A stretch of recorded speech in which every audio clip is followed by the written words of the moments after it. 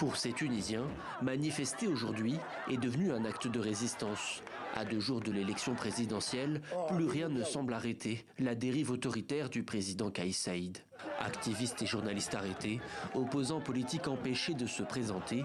Dernièrement, ce sont les associations qui se sont vues interdire d'observer le scrutin. Nous avons demandé à être autorisés à surveiller les élections, une procédure que nous avions l'habitude de faire.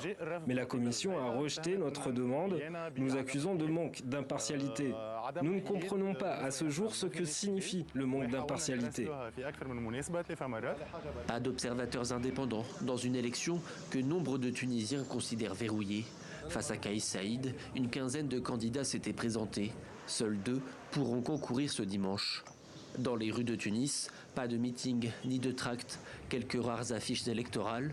La campagne est quasi inexistante et la réélection du président tunisien semble pour beaucoup jouer d'avance.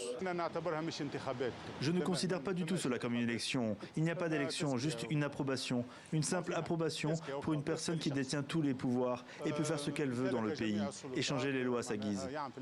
Aujourd'hui, l'enjeu principal est surtout celui de la participation. Elle n'avait atteint que 11% lors des dernières élections législatives. Les Tunisiens avaient massivement boudé les urnes. C'est vrai qu'il y a une crainte sur la participation compte tenu du caractère peu dynamique de cette campagne électorale et de l'indifférence à ce qui se passe sur la scène nationale. Un désintérêt ou un rejet de la sphère politique, la révolution de Jasmin de 2010 semble désormais bien loin. Des intellectuels et militants tunisiens appellent à un sursaut pour empêcher la Tunisie de s'enfoncer dans la dictature.